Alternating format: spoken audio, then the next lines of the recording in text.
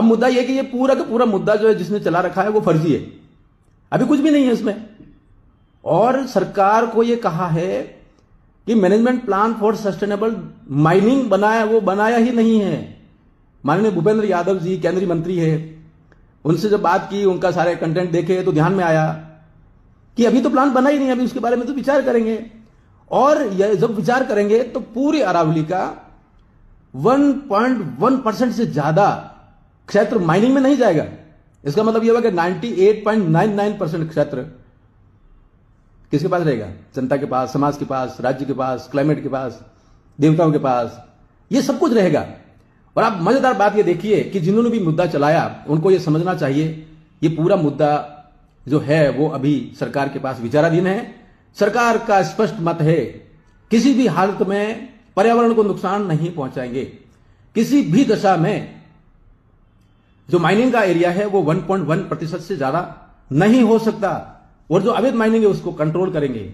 ये 4 राज्यों का मामला है, गुजरात, राजस्थान, हरियाणा, एनसीडी दिल्ली।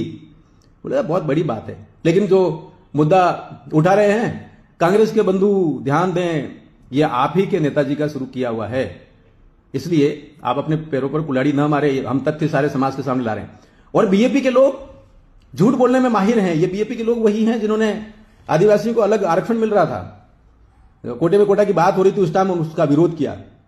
आज किसकी दलाली कर रहे थे? राजकुमार रौत और उसके मित्र किसकी दलाली कर रहे थे? समाज पूछिए किसकी दलाली कर रहे थे? अब ये सारा ध्यान भटकाने के लिए आप फर्जी बात कर रहे हो। दूसरा महत्वपूर्ण यह भी है कि जब वक्फ संशोधन अधिनियम आया था तो राजकुमार रौत कट्टरपंथी तत्वों के साथ में खड़े थे। वो कह रहे थे कि आदिवासी क्षेत्र में, जिसको हम शेड्यूल एरिया कहते हैं, वहां वक्फ की जमीन होनी चाहिए। ये नरेंद्र मोदी जी की सरकार है जिन्होंने कहा कि शेड्यूल एरिया में वक्फ की कोई जमीन हो नहीं सकती। ये कानून कौन लाया और इसका विरोध कौन कर रहा था? मोदी जी लाया, और राजकुमार रौत और उसकी टोली इसका समर्थन कर रही कि साहब हम तो वहां आदिवासी की जमीन को वक्फ को देंगे। आदिवासी का अपना धर्म, संस्कृति, परंपरा है, भारत की माटी के हैं, आदिदेव महादेव को पूछते हैं, और आप किसको देना चाह रहे हैं? यह महत्वपूर्ण बात है। यह भी महत्वपूर्ण बात है कि कट्टरपंथी तत्वों का समर्थन करते हुए राजकुमार रौत और उसकी पार्टी ये कहती है कि डोंगरपुर बांसवाड़ा को हम बांग्लादेश बना देंगे। बांग्लादेश तो इस्लामिक कंट्री है, तो इस्लामिक क्षेत्र बनाना चाह रहे हैं? ये प्रश्न समाज को पूछना चाहिए।